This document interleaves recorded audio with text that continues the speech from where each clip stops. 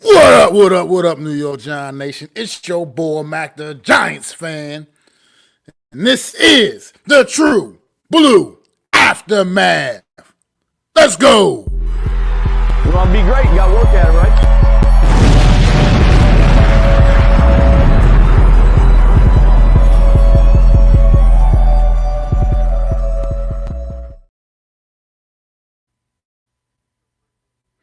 What is going on, New York Giant Nation? It's your boy, Mac the Giants fan, once again here coming at y'all right immediately following yet another New York Giant debacle. Yet again, thought you had a friend, didn't you? You thought the New York Giants was getting ready to force overtime right there. I thought so, and probably so did so many of you. But in true New York Giant fashion, they fucked it up again at the end. Blocked field goal. Couldn't even push the game to overtime. What is going on, Daniel Barry, man? I appreciate you hopping in. As always, man. Thanks for jumping into the party, man. But yeah, this team, Brian Daboll, man, gotta go, man. It's clear this team ain't responding to what you talking about, man. I'm tired of watching this team play like gangbusters the last 5 minutes of football games when it doesn't even really matter anymore. I'm tired of watching that week in and week out. I want to see this team come out and do something and play like a competent football team. Sure. Do I want to preserve the draft pick? Yeah. I want the number one overall pick. I want to preserve that spot. I do. But this is a bad football team. You can be competitive and still lose anyway, because that's what we're not getting from this football team. No competitiveness at all. Defense came out. They played like a little something there. I can get with all the injuries on the defensive side of the football, with the key players out, Dexter Lawrence, Drew Phillips is out today. I mean, sure, Note Banks. Yeah, a lot of key players out on the defensive side of the football. Defense came out and really played a pretty decent game up front. I can't even, especially up front, I can't even front, man. I can't knock them. I can't knock the effort of the defense today. Defense did more than enough for this football team to win this football game. But yet, here we are. Here we are once again, losing a football game by a mere 3 points. Still winless at home this season, giving the home fans nothing to root for. That's what this team is doing all season. That's what they've been doing. This is what it seems to be, what it is. This is what it seems to be, man. This is just a sad football team right now, man. And it's sad from top to bottom, from the rooter to the tutor, man. Like I said, I don't know how Brian Daboll survives this week. I feel like there is no way in the world he should.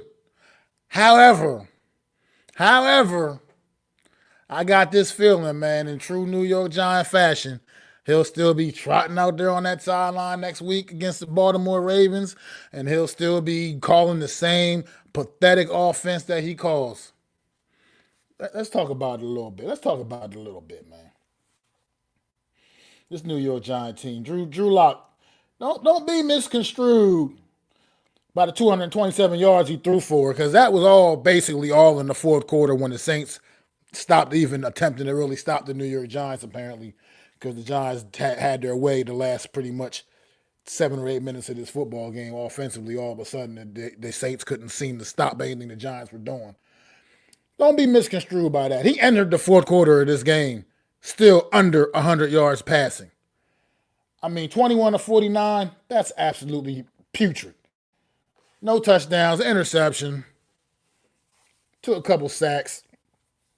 But for the second straight week, Drew Lock is also our leading rusher for the second straight week.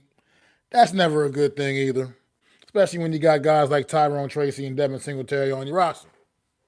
So Drew Lock should not be the leading rusher for 2 consecutive weeks.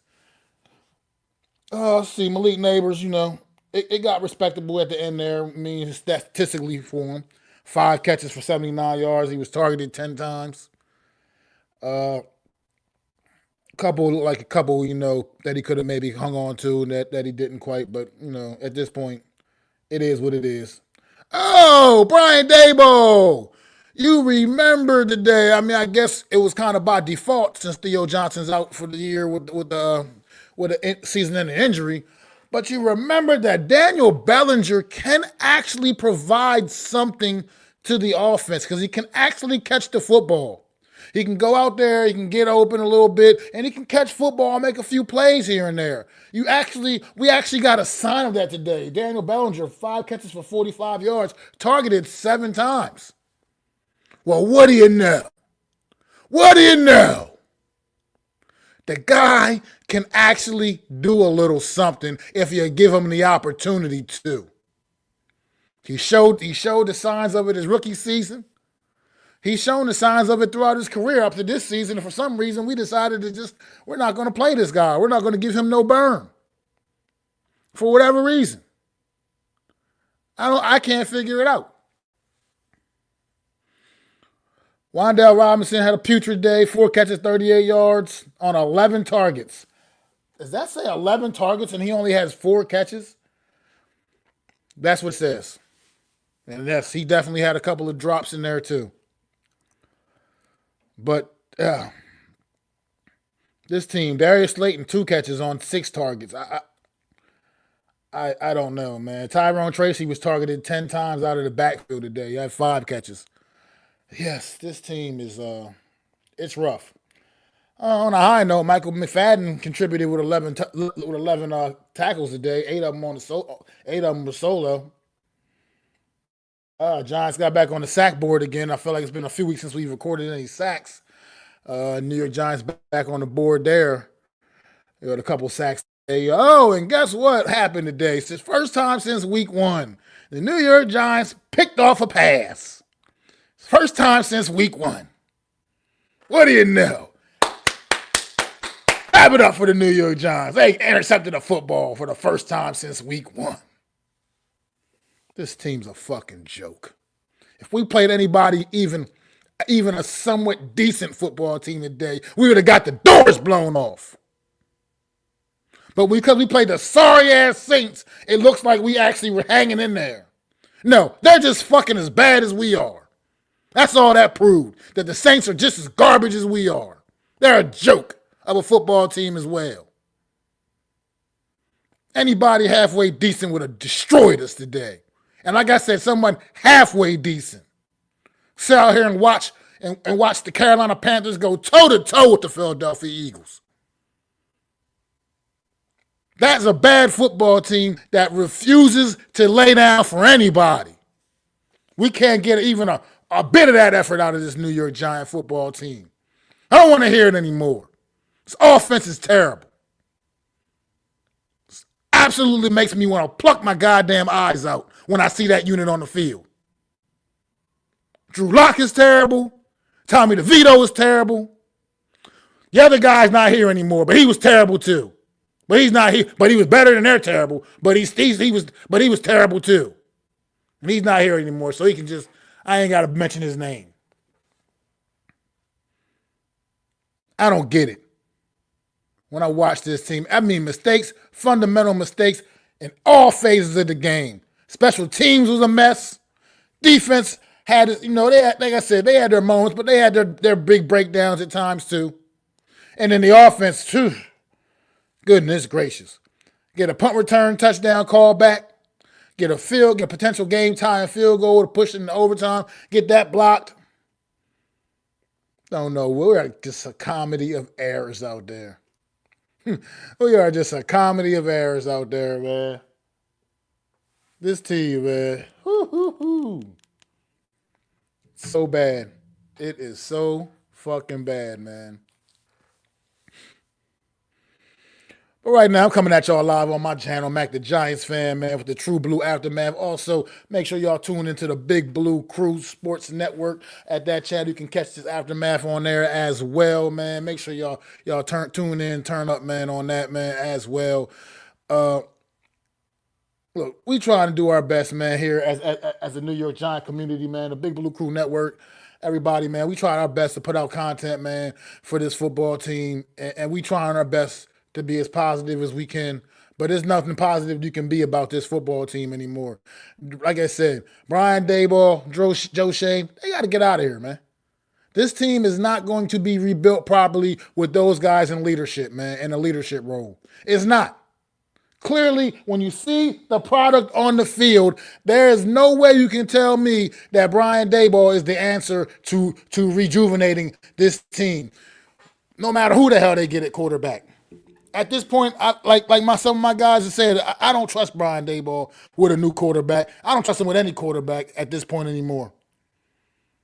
He's a joke. He's proven to be nothing but an absolute joke. He is a buffoon. He is a buffoon. What was that in the fourth quarter when Tommy DeVito came in for one damn play to hand the ball off to Tyrone Tracy? What was the purpose of that? Somebody clue me. What did I miss? What was even the purpose of that? Little stupid things like that just make you wonder what is going on with this football team. Meanwhile, I'm watching Sam Darnold throw 5 touchdown passes on the day, airing it out, looking like Joe Montana out there. We barely getting first downs. Oh, until the fourth quarter when it doesn't matter anymore. Salute, Mac. What's going on, Mets, man? How you doing, brother, man? I only caught like the last three and a half. What I'm doing, not much. I mean, I caught like the last 3.5 minutes of the game or so because of bonus coverage with the Eagles-Panthers game ending as early as it did. And I'm going to say this. Was I expecting a loss? Yes. Was I expecting both sides to play as bad as they did? No. I was expecting much worse from the Giants and much better from the Saints, to be honest. I was too. The Saints just showed us how bad they actually are. To me, if you ask me, they just showed how bad they actually are. Because any like I just said a little while ago, any decent team would have blew the doors off of us today. This Giant team did not play well. Especially when you consider who we got next week, Baltimore. That's going to be rough. That's going to be a tough day. And but even once again today, man, this off a bye week. They're coming off a bye. They're on bye this week, so right. So we're getting Baltimore off of a bye week. And they're pissed after how badly Justin Tucker has been screwing them over with how his kicks have been missing a lot lately. But then again, other teams are having the same problem. Jake Elliott with Philadelphia, Greg Zuerlein with the Jets. The way the kicker is starting to die out, if you ask me.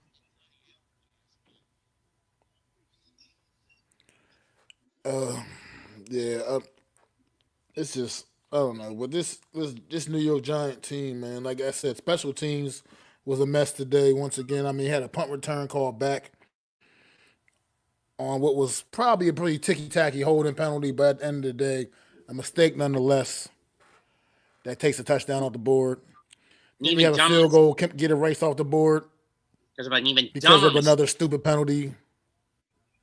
Yeah, just it's this team here. All this Giant team seem to have losing down to a science, and they find several ways to do it. Like I said, I'm not one of those ones. Look, I understand that at this point, I'd rather have a better draft pick. Giants clearly are out of the playoffs already anyway, and they're not going anywhere. So I'd rather just get the number 1 overall draft pick at this point. But at the end of the day, would I have truly been upset if we won the football game? Probably not, just because the fan in me can't be upset over a win ever. And once again, the New York Giants find a way to blow it. What's going on at NYG, man? What's good, y'all, man? What you got for him, bro? It's another loss. It's a loss that I was actually nervous about because for the first time, I was actually rooting for the Giants to lose this game, and I've never done that before.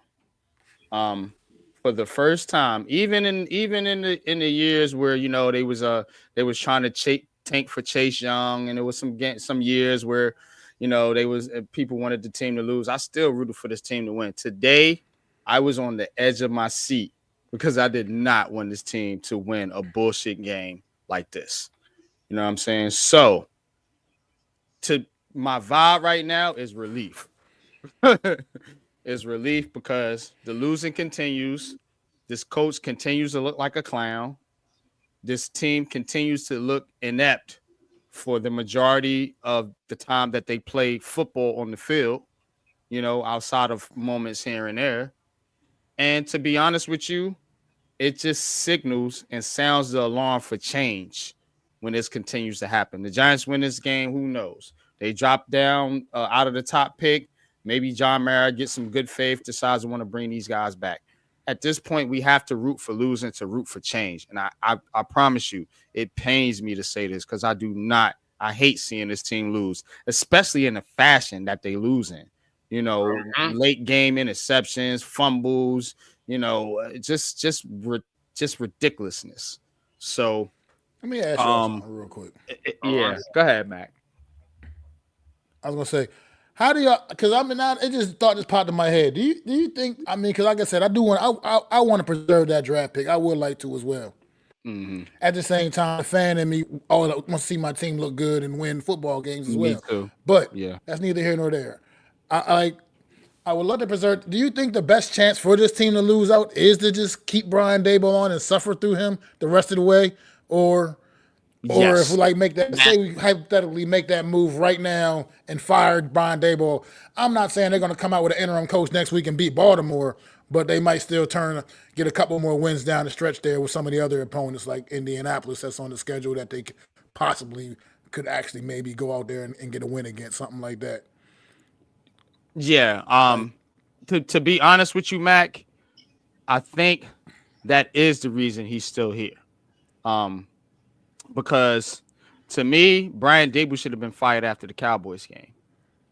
And them not firing him just tells me that Mara and all of them are in on the tank.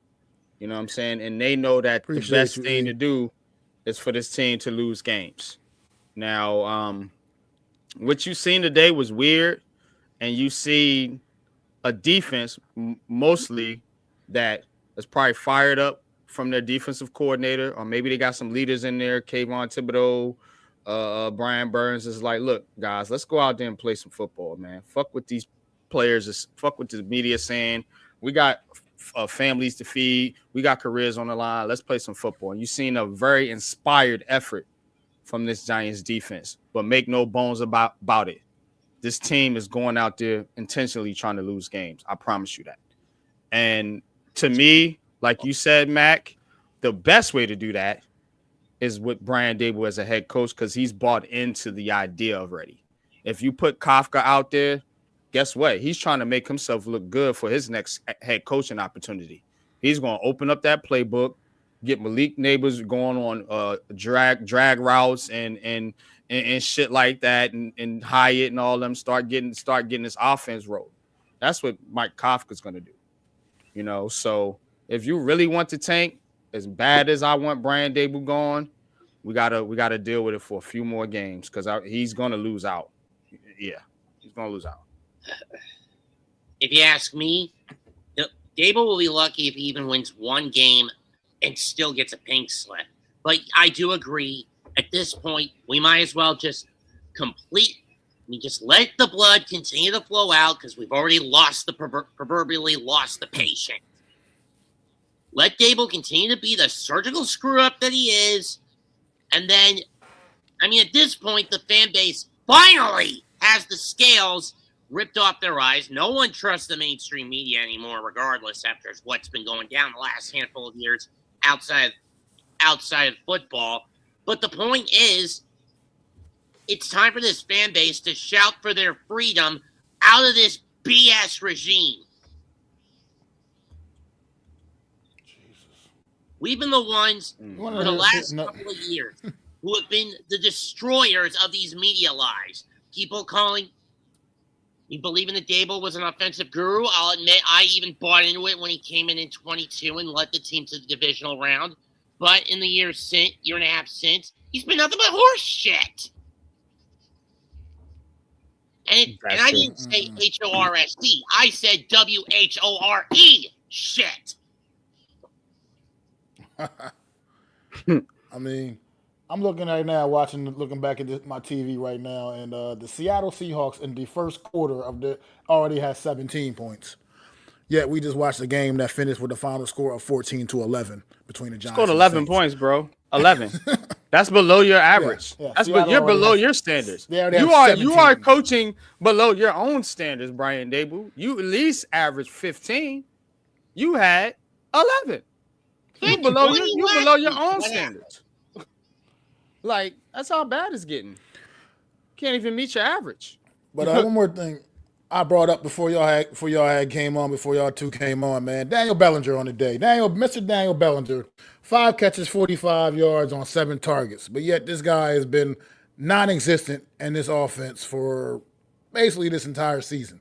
Mm-hmm. But he comes out today. What happens, Mac? And go ahead, finish your thought, and then I'm I was gonna say I was just saying, but he comes out today and as a fairly productive, probably one of our more productive receivers on the day, actually. Second on the team in receiving today behind Malik Neighbors. But yet, this is a guy that we've pretty much refused to use all season long as part of this offense. But he demonstrated that he has some pretty reliable hands and can be productive in this offense if given the opportunity. I'm just saying. And the thing with what you said just now is Brian Dable only opens up this playbook when he's desperate. And somebody mentioned it on the panel on Pat's stream. Desperate Dable. Desperate Dable opens up the playbook when he's desperate. This team was down. You start seeing, first of all, they came out in this game. There was rumors that, they had to try to win this game to save their jobs, which I think is bullshit anyway. I don't care if they win the last 4 games. I'm still firing them. You know what I'm saying? But again, it was rumors that they had it to put a good performance on to win this game. So, he goes out there and he opens up the playbook and tries to make it look good. Because the Giants, Matt, haven't attacked down the field all season long. And the only reason they used Daniel Bellinger because Theo Johnson was injured. I'm telling you, everything they do is forced. It's out of necessity. Remember, when is the only time they open up the playbook and start? When they're down late in games. You know what I'm saying? That's the only time they do that shit. Everything is forced. And shout out to E, because he says this all the time. Brian Dable is reactionary. You know what I'm saying? He's reactionary. You know what I'm saying? He waits for something to happen and he reacts to it. He doesn't dictate anything. You know what I'm saying? You want a head coach or a coordinator that's going to dictate the other side of the football, like Wink did. How Wink would dictate the offense, you know what I'm saying, on defense, and how, you have guys like Sean McVay, who we watching right now, and Andy Reid, dictate offense and how they're gonna move. Brian Dable reacts. Oh, you doing this to us? Let me see if I can. You know what I'm saying? He don't have no plan, bro. You're dealing with people that don't have a plan. That's the thing I be trying to tell fans. These guys don't have a plan. You know why the 49ers work? Because they have a scheme. They have a plan. My Adam Peters worked when he went over there in Washington because he had a plan that he took from the 49ers. They run shit a certain way. You know what I'm saying? They're scheme specific. They only draft players that fit their scheme. They don't give a fuck if you're rated, that's how they got George Kittle. They don't care if you're rated like over, like you're higher rated than this player. This player fits our scheme. This is the player we're going to draft. You know what I'm saying? The Giants, they just pick players and say, see what you could do with them. I don't know. How do they fit? See what you could do with them. Make them work. Make it work. That's how they work. And Brian Dable, that's his philosophy. Because if you look at how he coached Josh Allen, most of Josh Allen's learning was, we're going to put you in this game, but then when the play breaks down, you know what I'm saying, use your athletic ability to make a play, And that's what they tried to do here with the Giants, but Daniel Jones is not that instinctful like a Josh Allen. And now they chasing that quarterback to look for the next Josh Allen. Guess what, folks? He ain't coming. He ain't coming here. Nope, because Josh Allen's don't grow on trees. Exactly. But I just think that this team is it's like what touch trying to go on off of what you were saying a little bit. It's like you try to force like round pegs into square holes, whatever however that saying goes. You know what I'm trying to say. But it's like We're taking a round hole. the great coaches, the great coaches, they find they see what their players can do, and they devise things to fit into their skill set. I feel like this Giants team, you just want to force these guys to do what you want them to do, whether they're good at doing it or not. Like the Tay Banks thing this season, when you bring in Shane Bowen and you bring in a Shane Bowen, Shane Bowen's defense does not cater to Tay Banks' skill set, and you know that. So now you're setting this guy, this young player, you're setting him back yet again. But yet you just that's what that reminded me of. Remember that shit? You just keep doing the same stuff over and over again, and it's like you just doing the same stupid things and expecting different results. And it just this team, man, I can't with this football team. I'm at a point now, and people that know me, man, it's very rare you're gonna see me not dressed in all blue all the time, rocking my New York Giants shit loud and proud. I've been like really taming that shit down lately. Been like discreetly rocking shit, wearing like all black New York Giants. I've been wearing and shit like that, like just. Yo, Mac, I've been wearing my Brooklyn Nets gear, bro. And that's how bad. And the Nets is damn bad too, bro. But they better than the Giants, bro. Like, I feel better wearing my Nets hats and my Yankees hats than my Giants shit right now. Like, come on. I didn't even take my Eli Manning out of the closet for the last couple. He says we better be looking at the next Cam Ward. Yeah, I mean, you know what I'm saying? If they go with Cam Ward, that's cool, bro. But again, man, you gotta take best player available, especially if you get the number 1 pick. Now, if you get number 2, and you gotta roll with Cam Ward. I mean, it is what it is. I don't know. It's just you gotta roll with one of them. Opinions. I just feel like I don't know. Something about Cam Ward I don't trust, but we'll get into it in the draft evaluation process. We put ourselves in this hole because I feel where you're coming from, but we put ourselves in this predicament. Yeah, you got to take said it best somebody. On the broadcast. I don't know if you. I think they said it best on the broadcast. I don't know if you had the volume up at all, could hear the broadcast, but I didn't hear it. The Giants they screwed up. Yeah, they screwed up last year by not taking one of those guys last year. Point blank and period. I mean, they screwed it up. They screwed it up by investing, into wanting to try to preserve and get something out of Daniel Jones. And look, Malik Neighbors. Well, what they screwed up, talent, Mac, like not to cut you, I think they screwed up the tank last year. They didn't screw up not taking a quarterback. I don't think they could get the quarterback that they wanted, and I do not want this team to just settle for anybody. That's not what I want. Yeah, absolutely not. You know what I'm saying? So again, they didn't, and I could feel what you're saying, Matt. Just take a quarterback, but bro, we don't have a. We don't. Would it have been settling though? But we don't have a performing. But we don't have a coach, bro, that can get the most out of said quarterback, bro. He's not proven he can do that. He's proven he needs Josh Allen. And to me, if he was said on Jaden Daniels, which I think that's the quarterback he wanted, then cool. If you can't get him, you can't get him. Because guess what? If you sell the fan base on, we're going to draft J.J. McCarthy or Michael Penix, and they don't turn out to be Josh Allen or, God forbid, even better than Daniel Jones because you can't scheme them up right, then guess what? You're fucked either way. So I think they were smart in that aspect, but I will admit this. If they wanted a quarterback, what they did this year, they should have did last year. They should have tanked it last year.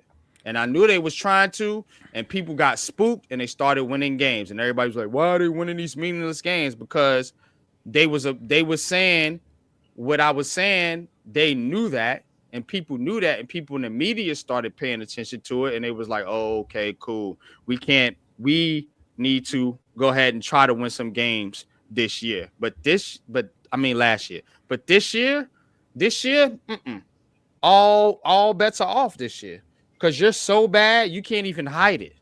You can't even hide what you're doing. So there's no hiding it. Last year they tried to hide it. You know what I'm saying? And they wanted to get up there to 3 to get Jaden or Drake May. I promise you that. But they couldn't get there, bro. If they had lost to the Eagles last year, they would have got frustration with it. But my frustration with it is that QB class that came out. That's one of those.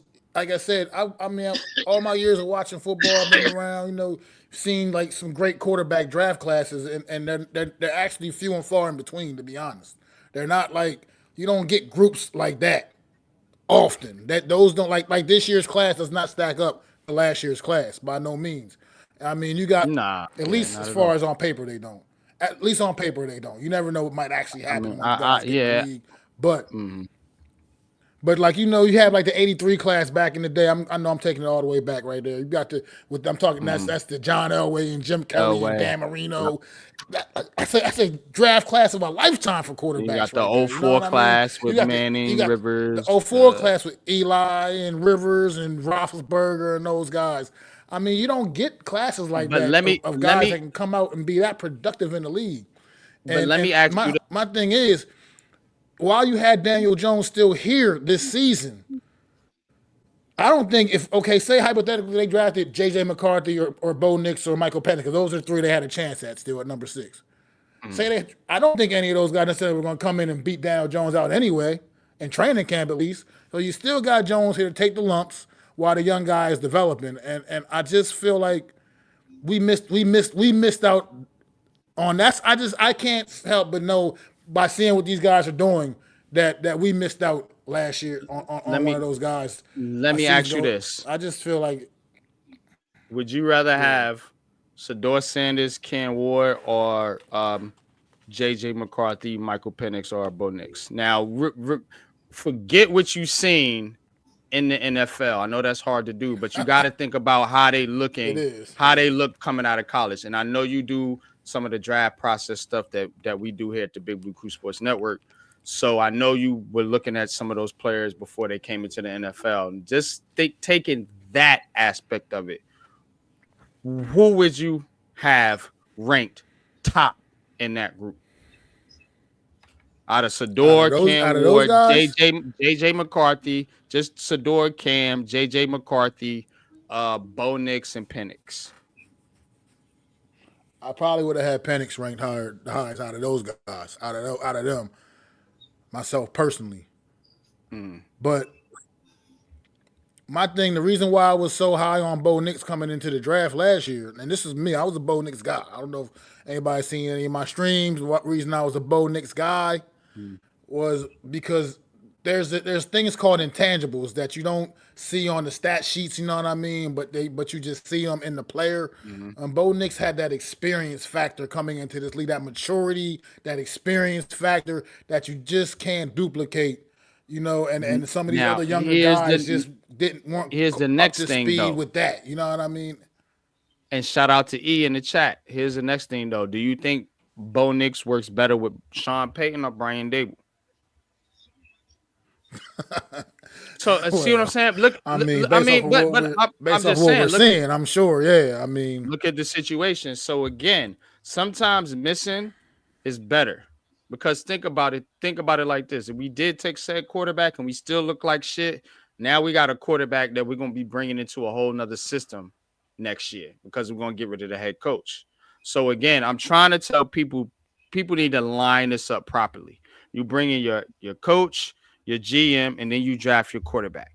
That's how teams are bouncing back so quickly, like Washington, like the Texans. You know what I'm saying? So that's how you have to do that. You know what I mean? And so again, if you taking away what we know, you know what I'm saying? They're actually doing it the right way because, if we took a quarterback last year and this type of season happens, we're going to fire these guys anyway. And that's why I'm saying there's no way Brian Dable can come back because you're going to be doing the same thing all over again. You're going to be drafting a quarterback under a lame duck head coach. You know what I mean? So Well, That's why you line it up properly. So again, I'm not this I'm point not that E crazy made, that they couldn't get said quarterback last year because I wanted Jaden Daniels anyway. I didn't really want any other cats. I think they're good in systems. yeah, I but don't think they're they're good all at players. talent. They all They're players though. talent. They're Mac, bro. They're players in systems, bro. We're talking about the only one I think that would have done decent in the system is Jaden Daniels because of what he can do with his legs.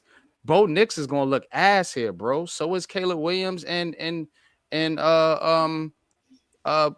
fucking what's the mean, other guy name? Penix. You know, so again, bro, it's about the team and the fit. You know what I'm saying? And that's all I'm I saying. hear all of that, but but here's my thing. Like And we E don't even said know if right they're here, this that is a great. great They had comment good by E. seasons, bro. They had good seasons. We comparing them to Eli Manning and them. Like we need to pump the brakes Well, on I'm that a not. little bit. I'm They saying, had but they're very, good they're very, seasons they're very productive. They're very productive as this rookies. You got season. Yeah, Caleb as Williams is rookies. up and down. He's been up and down. He's had his been a roller coaster ride for Caleb Williams a bit, but he's still been showing a lot of good stuff. Jaden Daniels is definitely in potentially going to be rookie of the year. Drake May, they're not winning football games, but he's still looking good. They're not losing because of him. And then what you call it?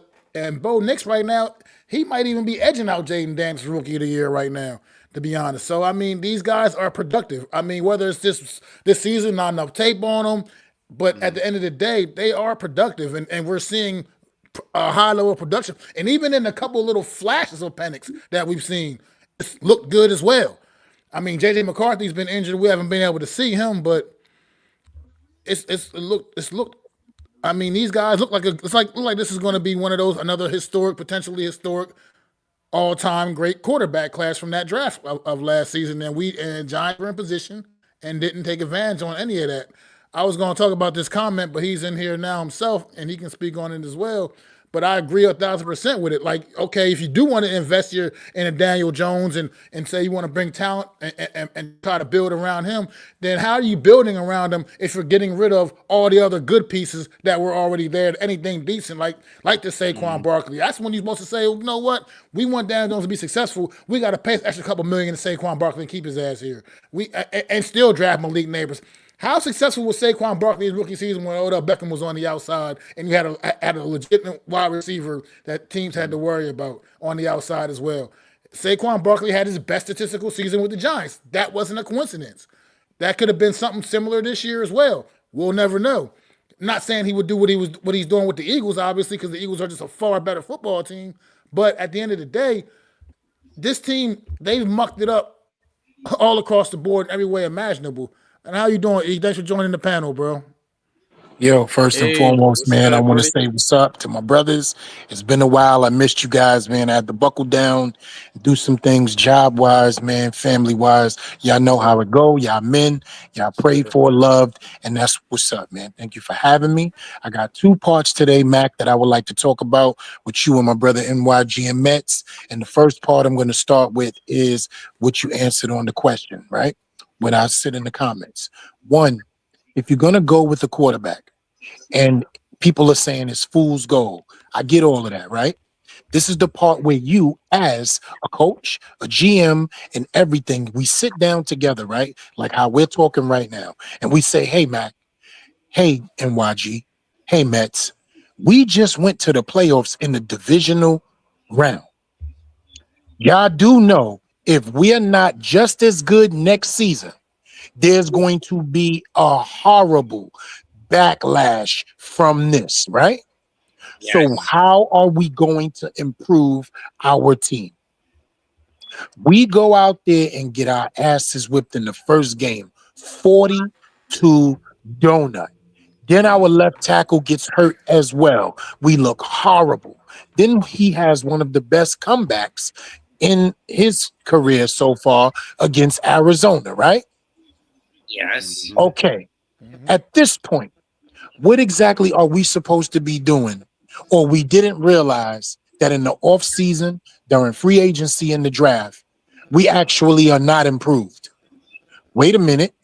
Let me tell you where we fucked up, fellas.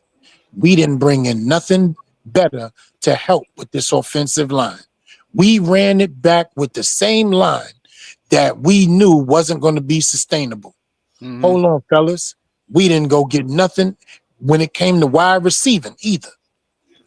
We are going to run it back with the same and wide receiving crew with actually lesser talent than we have right now. Because remember, we picked guys off the practice squad the second year to try to play in our system, right? Here we go again, okay? Defensively, the guys that Wink Martindale are putting in place are keeping us in games. I am about to take accountability offensively. I got my crew that I thought could make it happen. I took the step back. Now my starting quarterback is hurt. Now let's move on. The season is lost, right? I got one more year to show that this is an investment in this guy. And despite his injury, we're still about to build a team around him. Year 3, gentlemen, let's get rid of our best offensive player because Daniel Jones is not our best offensive player. He actually has better success with our best offensive player, right? Let's get rid of him. Actually, letting Xavier McKinney walk is not a bad idea. We can draft one of those. Letting Julian Love go is not a bad idea. We can get one of those. Letting Leonard Williams go is not a bad idea. We can get one of those too. Do y'all realize the regression? See them words? Die and re together. The die regression between the team. Not only that, gentlemen, we're going to take our better second string quarterback in Tyrod Taylor and let him walk and bring in a Drew Lock for $5 million, who's nowhere near better than Tyrod Taylor. I got something for you though, E. You know what I'm saying? I'm starting to look at this. I'm starting to look at this situation. And to be honest with you, I don't think these dudes want to play for Brian Dable. This is my point. There you go, and why? Come on. Because to be honest with you, you know what I'm saying? Tyrod Taylor could have came back to the New York Giants. You know what I'm saying? He ain't doing shit over there with the Jets, and he barely getting any playing time. He knew he wasn't going to get no playing time over Aaron Rodgers, but you knew he was probably going to get some time here because Daniel Jones is a lame duck quarterback, you know, and he chose to go to the Jets in the same city next door with that franchise. You know what I'm saying? Just because of how bad this shit is over here with Dable and this situation is. Now, and I'm gonna tell you something else. When you have a guy like Daniel Jones, who is as mild-mannered as they come from the quarterback position, go to the organization, go over your head, and go to Mara and them and say, "Yo, just cut me." Bro, that's an indictment on the motherfucker that's on the sideline, bro. I don't care what you say. Hold on, NYG. I got something great for you. If y'all like that breakdown of what I did in a condensed version of 3 seasons. Jameis Winston? Why you think they couldn't get Joe Flacco? Why you think they couldn't get some of these quarterbacks, bro? It's not because these quarterbacks are making a bunch of money or they had a bunch of opportunities. Because nobody fucks with the Giants, bro. This is what I'm talking about. Because Mara as well does not have relationships. He does not have relationships. Relationships make from New England, bro. And that tree is burnt, bro. That tree is chopped down, cut, fell over. You know what I'm saying? It's dying. Exactly. And he's never been a football mind, so he doesn't have football friends, right? Bro. How did we get Brian Burns, gentlemen? Because that's Joe Shane's best friend. Yeah. That's his best friend. That's like us when we go to Jersey. And I say, "Yo, Mac, let me get Brian Burns, man." You go, "Yo, give me 1, 2, give me 2 2s and 3, 4. Give me 1, give me 2 1s and 2, and you got it." Come on, stop that, man. Your wife is over there with my wife right now eating dinner. I go bring toys to your kids on Christmas. You like, you know what, E, you right. Give me a first and take the rest of his contract, and I rock with you. Relationships in the NFL. That's not a real. That's not making it happen. You made one deal and you lost 3 defensive players for one guy and an offensive player for one guy, and then drafted a bunch of guys that look horrible potentially. So let's talk These about it, right? guys aren't being fucking coached up, bro. Let me talk to you Absolutely. about it, And bro. that's the reason why. And So let me we, jump into my second part, NYG. So, because this is it right here. You ready? So now Mac brought up a great point of missing on a quarterback last season when they could have, right? You brought up, I don't think it was a miss, Mac. I think it was the fact of where we were draft-wise, and I don't think those guys would have been a fit. So let's talk about the top guys and the fit that they wouldn't have made here, but look where they are. That does make them who they are. J.J. McCarthy was so heralded by the Giants, right? Do you really believe his skill set would have been able to mature under Brian Dable? I'm gonna start with him. No. No, because one, he No, was it the would've been a worst struggle. thrower of the football of all the top 5 guys. Yeah, he's gonna look JJ like Tommy McCarthy was DeVito. nowhere near. He was nowhere. JJ Right. McCarthy would look like Tommy DeVito in the brand. He was nowhere near an accurate and great thrower of the football. No matter what nobody tells me, you see the potential and the traits in college. He made some pretty decent throws, but at some point in time, they didn't even allow him to throw the ball in college. So that tells me something. Now you're all of a sudden going to come to the NFL behind this maybe decent revamp line and try to throw the football in the NFC East with all these pass rushes, because all these teams have pass rushing. Yeah. No, not at all. Not at all. You're going to hand that shit off just the same way everybody else does to a back who we didn't know even had any potential yet to be what he is in Tyron Tracy and Devin Singletary. That's who J.J. McCarthy was going to have as his running backs and his security blanket, and Malik Neighbors as a wide receiver. And he's not a good thrower of the football at this point in the NFL. Nobody has seen it. Let's move on. Drake May. Would Drake May have been a developed guy under Brian Dable? I'm asking you guys. Nope. Hell no. Okay. Come on, bro. He's a better thrower of the football than J.J. McCarthy. Let's move on. Caleb Williams. Dad. Caleb Williams has He's dead. every single, hold on. Caleb Williams Brian has Daboll's- every single thing that you could possibly ever want in Jesus' name coming into the NFL as a rookie. There's nothing that he lacks. And look at what he goes through. They fired Eberflus for what reason? What did Eberflus do wrong? He's Eberflus. That's what he did Right. wrong. His name is what allowed him to be fired. The fact that I don't want that name on my roster is what allowed him to be fired. Yeah. I don't want to say his name anymore.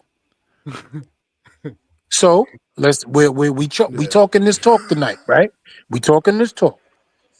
Caleb Williams would have died. Drake May wouldn't have developed. J.J. McCarthy would have died. Now let's go to Michael Penix, the best thrower of the football in last year's draft, hands down, right?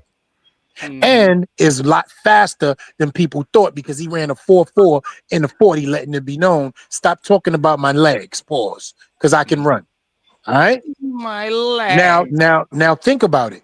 He's not a runner at all. He is a pocket passing quarterback all the way. Yeah. Brian Dable has no skill set with a pocket passing quarterback at all. We all know this. So I just named 4 guys who would have had no success. Now let's go to a 5th guy, Bo Nix. Matt, I'm a fan. I talked this guy up, and I said if he goes to Denver, that's going to be what it is for him. Okay? He did that.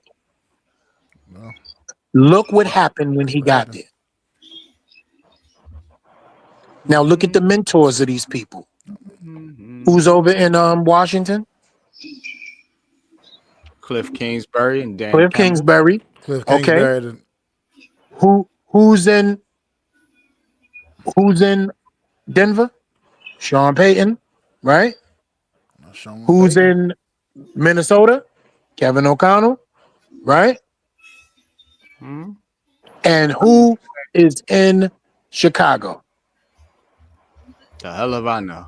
Ryan Poles. I don't know who's in Nobody. Chicago. No. Ryan Poles. Ryan Poles is a GM. Yeah, because he's a smart GM. You see what he did? In my rookie quarterback season, there's something that I feel I don't like. His name and him. Get him out of here. See what he did? Ryan Poles made the same mistake that I don't want the New York Giants to make, and that's drafting a quarterback and then firing your head coach in your quarterback's rookie season. Now, guess what? That's the problem. The Chicago You're about to look, but the one thing that Chicago is going to be, right, is having a head coach there. I don't believe that man that should have happened. I'll save that for another time because we rocking right now. You guys are giving me a moment. But the one thing I do know is that we are looking at a Ryan Poles situation because Mara will not say a word to Dable. He will go right to Sean and say, your man is out of here. I expect you to get him out of here. So the next scapegoat is going to be Brian Dable overall. I'm just getting that out there. I agree. So we broke it down. Thank y'all for giving me a moment. And I'll just listen. You're gonna be mad that Joe Shane is still gonna be the GM, but I promise you, if this dude is true to his word, he can't. The one thing he can't do is not have no blood for the fans. Somebody got to die. Somebody got to die. You know what I'm saying? And I say die and not a malicious form. I mean it as in somebody got to lose. Somebody got to get cut.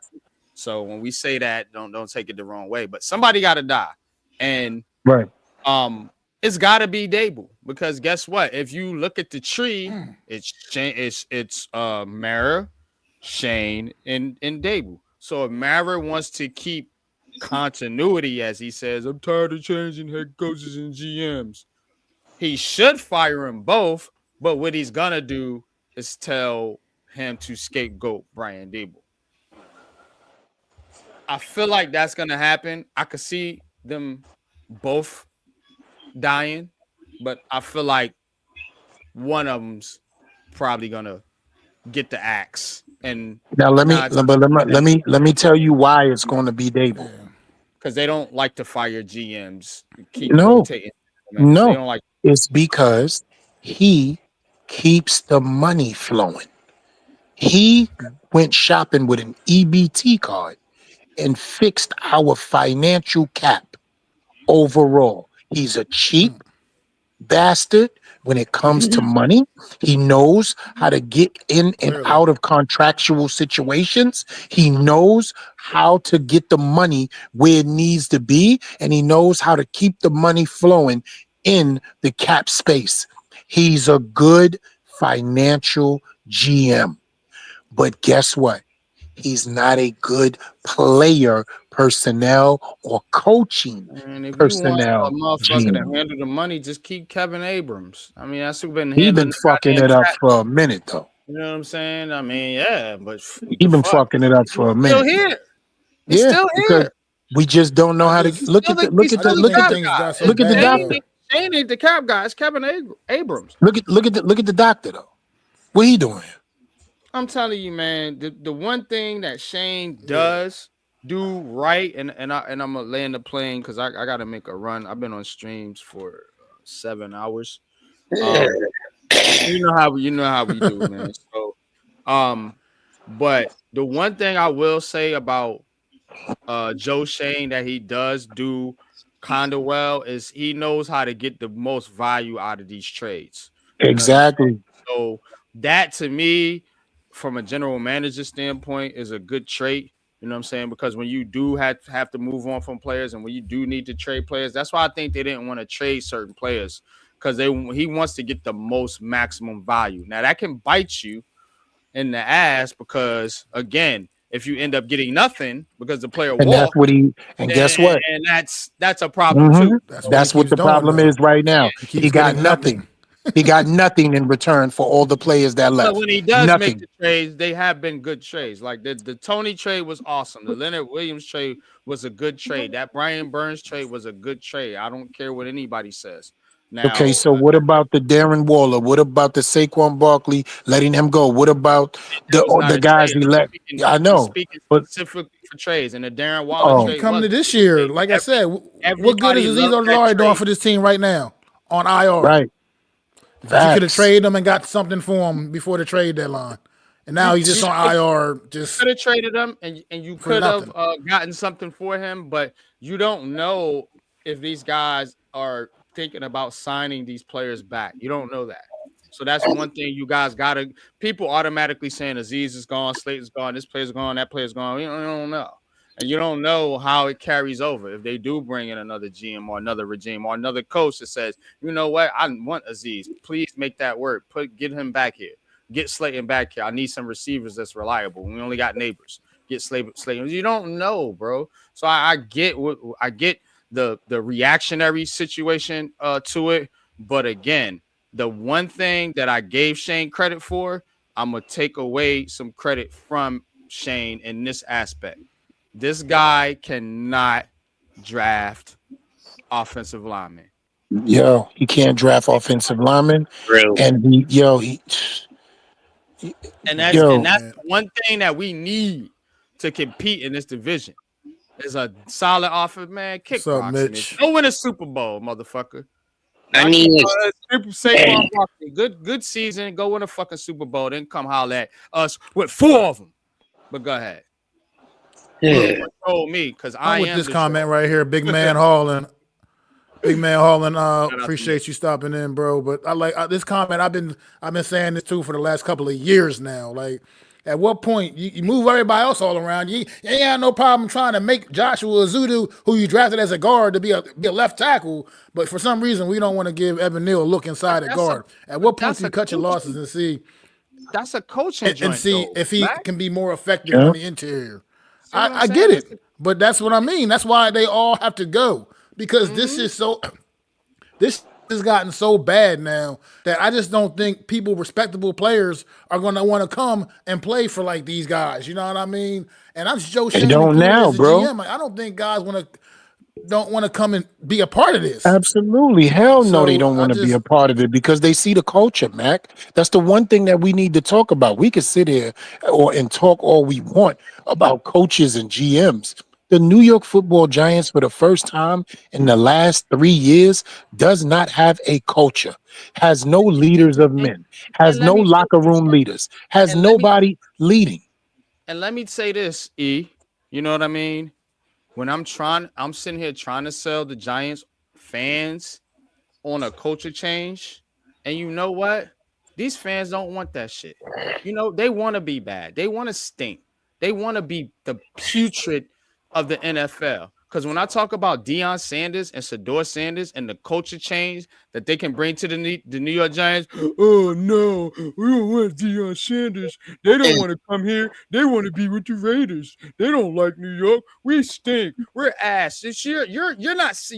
You're basically telling everybody that don't come here. We stink. We're ass. That's what you're saying when you talk like that. So you don't really want a culture change. You want more of the same shit. You want to go out here and get Bill Belichick or Vrabel. You want to come here. You want to go get Jameis Winston or some retread fucking quarterback. Go out here, run the football, and get blasted by the Eagles and Cowboys 2 times a year, and now by Washington. That's what y'all want.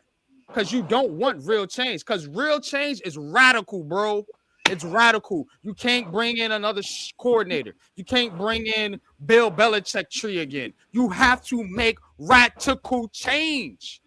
Deion Sanders is for that shit. It's going to be different, bro. And maybe you can't get Deion, but get Shedeur. At least do that. my rant is done, bro. Because I make too much sense sometimes, bro. And I'm with that. And now I'm just like, oh God, I'm making too much fucking sense now, and can't nobody really debate this shit. But you know what it is though, NYG? The problem is this. How many of us are at the age where we understand what change is? And how many of us are at the age where we think one person will change every fucking thing? It is so many ignorant Giants fans that believes a quarterback is the reason why this team will be totally different. It pisses me off. What you don't see is when you watch these games now, look exactly at all the shit we are missing. Look at it all around the board. I asked somebody last night, check this out, fellas. I was on the phone last night and I asked somebody, I said, yo, let me ask you a question. How many players on offense do we need? And how many players on defense do we need? Don't do that. Don't do that. Don't do that. I'm gonna tell you why you don't do that. Because if you really want to break this shit down, look at how many games we could have won. We could have won this game here today. Look how many games we could have won and how many games we lost just because we lost. Now, hold up. Everybody wants to talk about the players and the talent on this team. Wasn't nobody talking about that when we won 9 games in 2022 with a worse roster. Now, let me tell you this. Again, one player is not going to change this team. But somebody like a Deion Sanders or Sador Sanders can change the culture of the team. You got to understand, you need a culture change with this franchise. It's not about bringing in a quarterback just because we want to be a good offense. This fan base don't understand the difference between having a good offense, which is what they really want, and having a good team, which is what we really need. You need a culture changer, bro. There are certain culture changes out there. You know what I'm saying? Bill Belichick is one. I don't want him, though. Give me Deion. Give me the younger, more relatable guy. You know what I'm saying? That is definitely different than what the Giants have ever witnessed in New York with this franchise. But if y'all want to go down the same route and go hire Ben Johnson and try to think he can be Brian Daboll 2.0 and fix fucking Cam Ward and turn Cam Ward into a Josh Allen, go ahead. I promise you, I'm going to tune out to this fan base and to this fucking team, bro, because I'm tired of fans bitching about change, but don't really want change. All they want is quiet change, subtle change. Make a move here, and maybe we'll be good. Just cross your fingers, guys. You need to blow this shit up right now. And this is my point, and why this is my whole point of what I'm saying. Yeah, Matt. Bro, because I'm tired of people. I was gonna say that's what I want. I'm with you. Your frustration, bro. I feel your frustration. I want this team to look like an NFL team again. Yo, can I tell y'all something? Team again at the very least. Can I give y'all an actual fact? I'm gonna ask you guys to guess, right? Something today, and I want the panel to get involved in this too, and the chat. Chat, listen to this question I'm about to ask. Nobody Google it because it's not fair. How much do you think a seat was today in Giants Stadium? Give me the lowest number. Just everybody guess one number. $8. Huh? $8. I mean, I wouldn't have paid more than $5. Keep going. $5. Okay, so you said 8, you said 5. Keep going. Okay, $2. where you at? I'm at 8. Okay, 8, 5, and 2. That's what I heard, right? Yeah. I'll wait for a couple of comments from the chat in 30 seconds, and then I'll tell you guys the answer. So I'll wait for 30 seconds, see what comes up. If nobody Googled nothing by cheating, and we could have a conversation.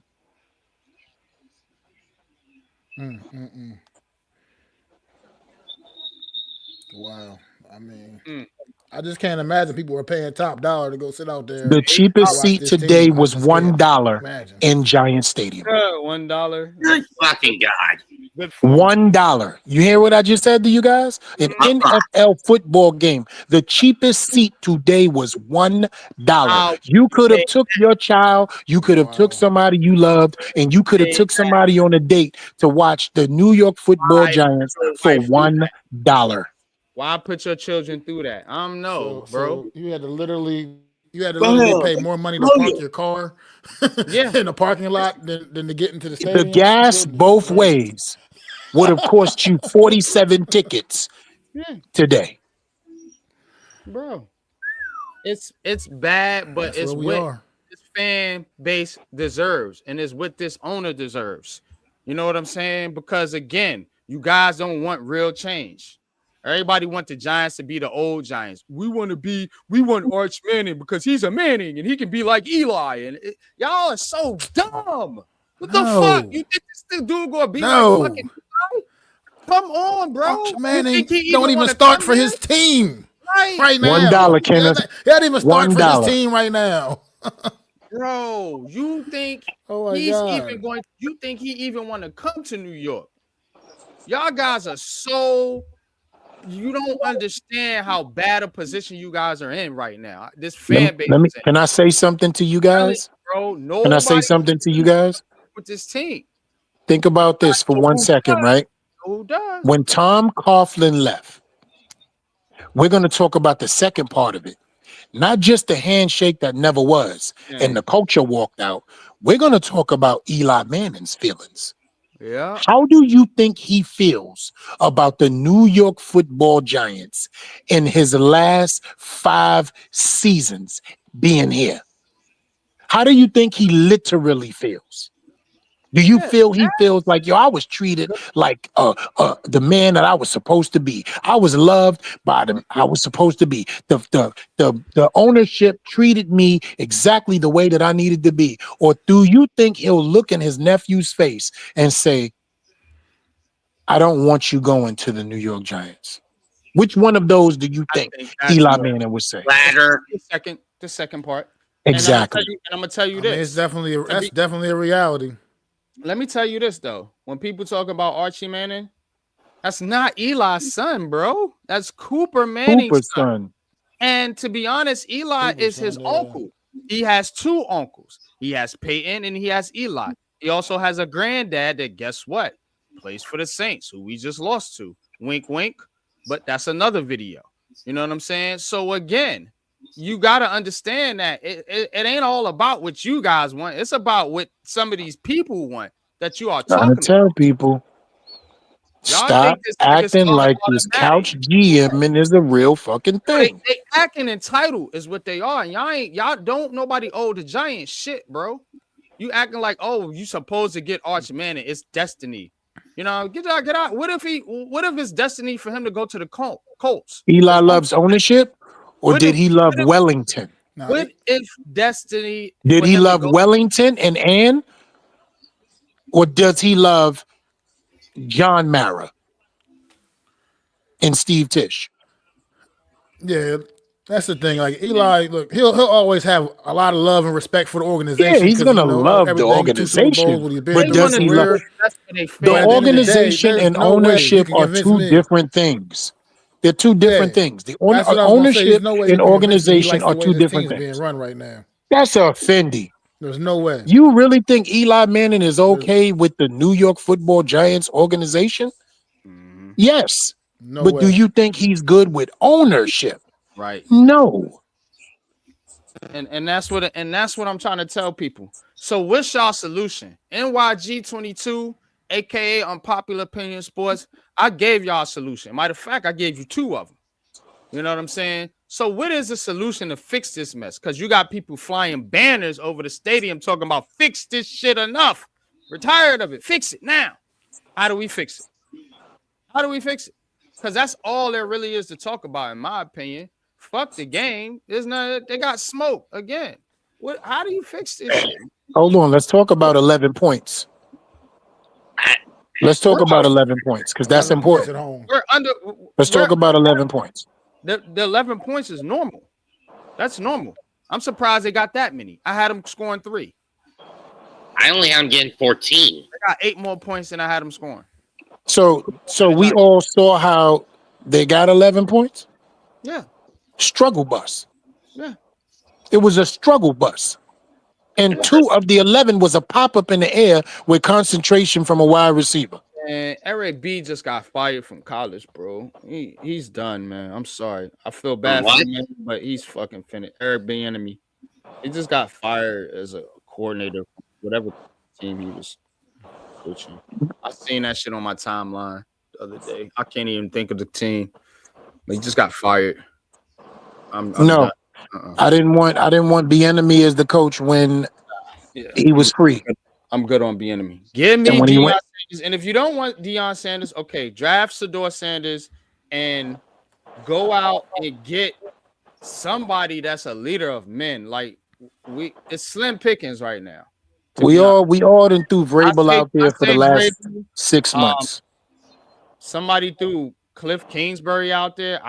He's more like an OC type. I don't trust him. I don't want Cliff Kingsbury as no head I don't coach. trust him. Not as a head coach. No. What about the guy who? Some guys are meant to be coordinators, and he's one of them. What about the guy who? What about the guy who? Was the former D coordinator of San Francisco last season? What was his name? Rob Saleh? No, I mean, not Rob Saleh. You know what's crazy? Yo, let's talk about this for a second. And I may be the only person who might be bugging, but I'm going to keep it real with you. I would rock with him as a coach. If I know that ain't popular, because that's why we talking, because I'm talking to my man unpopular, pun intended. I fucked with Rob Saleh, and I'm going to tell you why. First of all, he's a hard-nosed defensive coach that knows this game. Aaron Rodgers was the bitch in that situation. Let's get that out.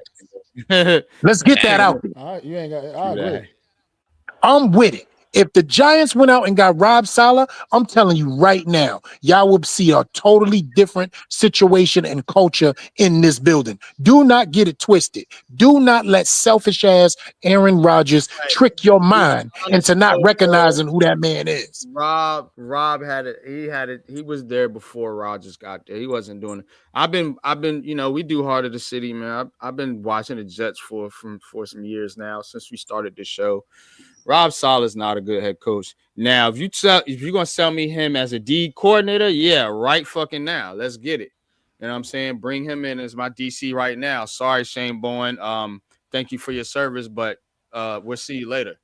I'm taking Rob Saleh over him immediately. But as a coach, I'll pass. Hard pass. Yeah, I mean, like I said, we're just throwing hypotheticals out there. I get it. I know he won't. I know for a fact he'll never wind up here as a coach. I want a defensive-minded. I prefer a defensive-minded head coach. Yeah, so do I. It's fucked up. We fucked it up with Flores because he'd be the perfect candidate right now. What he's doing in Minnesota, and I think he's gonna get a head coaching job again. Oh, absolutely. That would be a dynamite slam run home. First of all, he sued us. We ain't hiring nobody who sued us. That's I know that's not gonna happen. That's why I'm kind of with Vrabel or Deion. That's kind of where I'm at, because there's nobody else that I'm really looking at. We'll see who gets fired and what shakes out at the end of this, man. But that's kind of where I'm at right now, because I want that leader of men. I don't want somebody holding a goddamn play sheet, man. That shit don't work for the New York Giants. With them whack ass Walmart glasses. Yeah, bro. McAdoo, you seen him on the sidelines. Now you got this idiot Dable. Like I hate them. What was he yelling at today? What was I don't know, bro.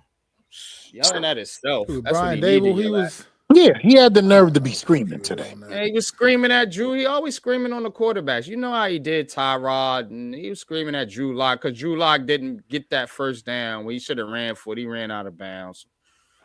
I don't know. I don't blame Drew Lock. I ain't slide for you. I ain't about to go out here and get hurt for your dumb ass. I'm gonna go out of bounds too. Fuck you, nigga. Dead ass, bro. No respect for that cat, man, at all, bro. Does anyone have respect for Brian Dable at this point? No, brother. There is no respect in the building for him. You don't see these defensive players half-assing it. Yeah, bro, they've been doing this shit for weeks, man. Everybody, media trying to sell you on some bullshit. With him. I mean, at this point, everyone knows that me is a bunch of BS propaganda tools. Yeah, man, but you got to understand, man. You know, people look at the media like the end all be all. If they say some shit, they look at it as truth. You know what I'm saying? Until proven otherwise. So, you know, people out there saying that, you know, the guys are playing hard because the scores are a little bit closer. Man, these dudes are getting waxed, bro. Tore the fuck up. Tore up all game long. Tore the fuck up. The Saints wasn't trying to fucking tank themselves. Yeah, this game would be a blowout. A complete blowout. The difference between us and the Saints today. was they actually had people who have been productive in this league against a bunch of people who are unproductive every week.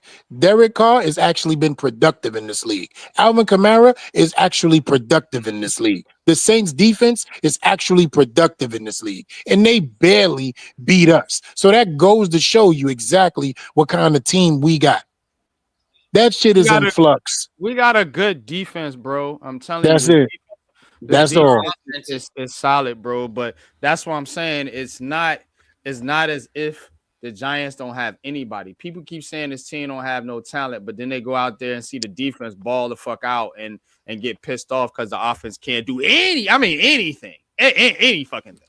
You know The entire starting defensive line was out of this game today. The entire starting defensive line was out injured in this game today. And you saw how they stuffed the run game. I mean, stuffed the run game. They played well up front, all things considered. No Dexter Lawrence, no Nacho, no DJ Davidson. And they went out there and gave that kind of effort. So it's like, I don't want to. I'm done hearing people talking about the players too. Like, yeah, sure, this is the most talented roster. Shit on film. But at the end, I got to put some shit on film. But at the end of the day, we got some players out there, man, and these coaches ain't getting they're not nearly getting nearly enough out of them, man. And that's a coaching standpoint. That means you're preaching something that these players just ain't buying into. And now that they realize it doesn't work, now they're just kind of out there just going through the motions at this point. Let me share this with you. Since this is the aftermath, this is our recap show. Salute to you, Matt. Let's look at some of these numbers here. I'm sharing my screen. Let me know when you get it, Mac. Let's look at some of these numbers here. I'm going to point out a couple things to you guys. To why I harp on this coaching thing so much. Okay, the Giants went out there and held the Saints, who were I think the number 10th. They were top 10 in rushing. They held them under 100 yards, 2.8 yards per carry. 2.8 yards per carry, right? Time of possession was even, so it's not like the Saints were controlling the rock. You were even in turnovers. You had 12 penalties for 112 yards. You gave up a whole touchdown right here. 112 yards. Football field's 100 yards, right? You gave 110. That's a drive. You gave up a whole drive in penalties, bro. That is an undisciplined team that is not coached well. I promise you, bro. That is an undisciplined team that is not fucking coached well. You see how this shit looks? You see how this looks? Yes. The Giants should have won this game. You gave up a whole drive with penalties. So true. Penalties, bro. Penalties, bro. You ran more plays than the Saints, 74-66. You know what I'm saying? You actually had more first downs, passing first downs. Y'all were pretty even. Third downs, you were pretty even. You had more fourth down convert. Like, bro, this is a team you should have beat down. I feel like you should have beat this team down. I might have been missing something. I mean, but I feel like other than that very last drive of the game, they had really good field position pretty much the whole damn game too. They were on the 50, bro. The whole game. Damn near at midfield almost every day. Like it was on the 50. I mean, the whole game. At this point, this team is a bunch of poozers being coached by a damn poozer. This is what I'm talking about, bro. When you look at these games and you really break this shit down, you can tell where the problem is, bro. You lose a 3-point game, bro, but you had 12 penalties for 112 yards. And think about it. You had 112 rushing yards combined by yourself. So you outran them and outthrew the Saints. You outgained them in yardage. I mean, and Brian Dable probably had his post-game interview talking about we got to do better. Yeah, we got to clean up the mistakes. Man, no, he didn't. I'm gonna tell you what he said. I ain't even have to watch it. No, we're gonna go take a look at the film. Oh my God, bro! I'm trying to tell y'all, man, it's really, really that sad, man. We are nowhere near a good football team. We played against a bad football team today, and it's going to get worse. Next week is going to show the absolute disrespect of this My team. God. It's going to show the absolute disrespect. Yeah. Because we all Listen, home know too. what kind of What do you coach know? Harbaugh is and what kind of organization the Ravens are. There's a culture over there, and we're going to see the differences. Malik Neighbors playing through injuries, playing through a hip flexor injury, plays 69 out of 74 snaps. You want to get this dude killed, bro. Of course he is, bro. That's what he does. He runs his players into the ground until injury takes place. He did it with them all. Oh my God. He did it with Dexter Lawrence last year. The amount of snaps that man played was ridiculous, bro. Yeah, it's ridiculous. It's ridiculous, man. It's what he does. He I mean, runs Bobby these guys Okereke and into the McKinney ground. played every defensive snap last year. Right, Every right. single defensive snap last year, those two played. That shit's crazy to me, man. I've never liked this dude. I'm 2.5 years on Brian Dable right now. I was Me by too, myself. bro. Me No, too, you bro. remember how they talk? Yeah. Come on, coach. Yo, here, come on, I was it's right too there early the for whole that, man. I fucking said, time, nah, bro. bro. I know I who show he's you not. the video I made, bro, when I said this dude was suspect, bro. You know what I'm saying? I got the receipts on this shit. I've been Yeah, me exposed too. these I said clowns, he bro. is not going to Joe judge me. Been That's exactly exposing what these I said. clowns. They had 2 good years faith in ago. that first year. And then after that first game where they got waxed in that Cowboys game, that's when I made that video, bro. I said, yeah, something about these dudes ain't right, bro. Because they left Daniel Jones out in that game to Well, the thing- die, yo. I mean, like die. Like he was getting smoked. That was that. Remember that Cowboys game last year. Yeah, we was all out there. last year, That's the when first game of the that's when I season. was out. Yeah. That I'm telling you the exact moment I was out on Brian Dable. It was that game. I was That out game. on Brian Dable when we lost those 3 games in 2022 in a row. When we lost 3 in a row, I said, now we get a chance to see who he is. And he was acting all funny style with the media and talking all crazy. I said, yeah, there you go. That's him right there. That's him right there. Technically, we went winless in 4 as we did get a draw out of those 4.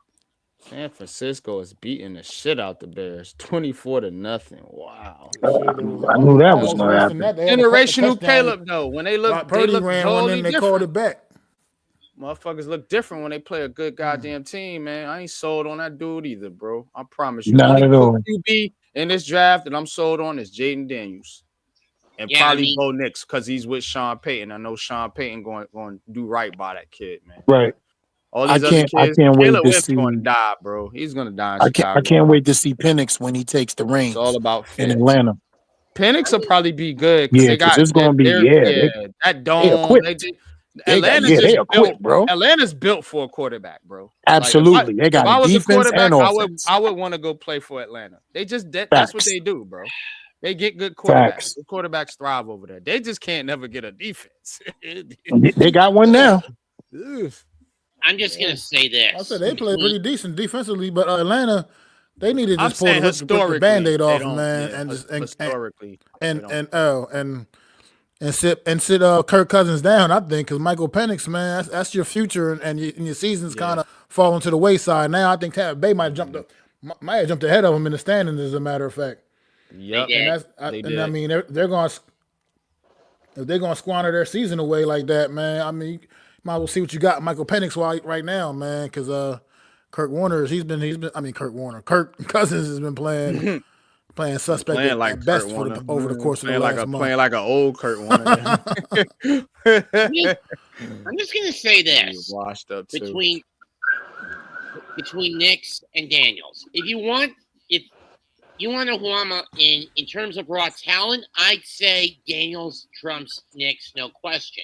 But in terms of how he handles coaching, that's Knicks' advantage. Because he's got I don't know. I mean, Jaden Daniels is handling the coaching pretty well too.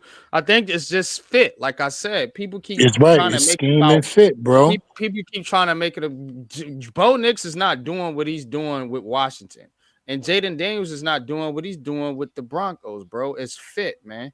You know what I'm saying? Unfortunately, for a guy like Caleb Williams and guys like Daniel Jones, Zach Wilson, Bryce Young is starting to turn it around, but he was having his struggles. Unfortunately, for guys like that, you just go to the wrong goddamn team, bro. And let me tell you something. Remember, NYG, people forget this, right?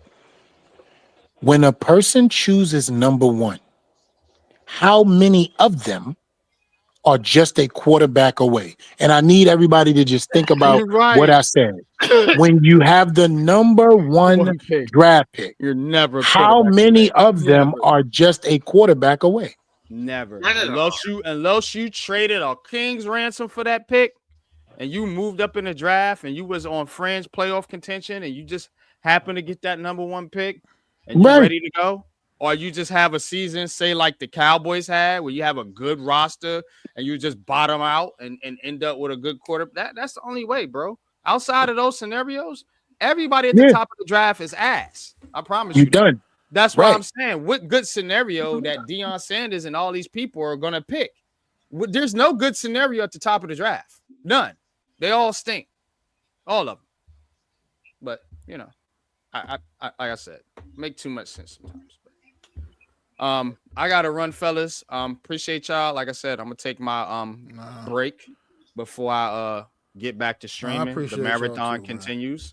But I just had to vent. I'm glad you got this podcast for me to vent my Giants frustrations out.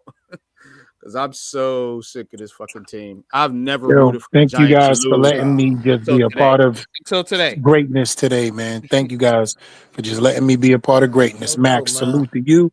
Anytime I can, my brother, I will always come over and support. Y'all know how I do. I'm an extension of the family.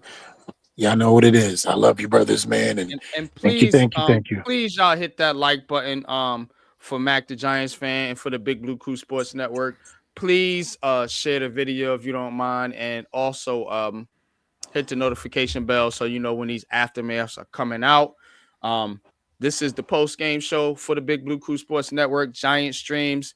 Of course, you can catch me on the morning show with Giants Conversation, where we pointed a lot of things out that happened in today's game like we normally do. But appreciate y'all, man. Thanks for having me, Mac, man. And I'm going to kick back and listen to the rest of the show. No doubt, man. Same for me, my brother. Wrap it up, man. We had an hour and a half mark. We had an hour and a half right now, man. I don't think there's nothing much more we can really say about the shit show that is the New York Giants, to be quite frank.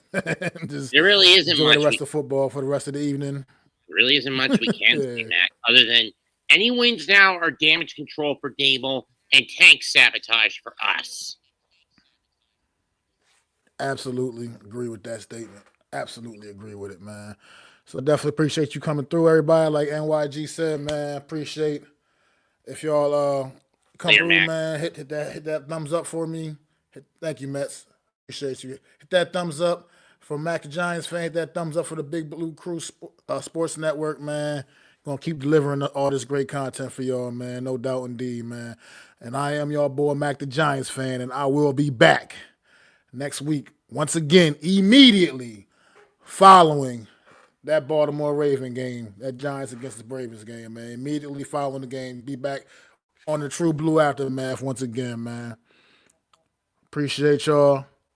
Enjoy the rest of the day. Watch some good football, because we didn't get that watching the New York Giants once again today, man. And it's y'all boy Mac the Giants fan. Hey! I'd like to thank you all for listening. If you was feeling this, please take time to subscribe and smack them likes. Feel free to drop a comment. Let me know what you think. Don't forget to ring that bell so you know when I'm dropping new content. It's your boy, Mac the Giants fan. You can find me on Twitter, YouTube, and Facebook at Mac the Giants fan. That's MACDA Giants fan.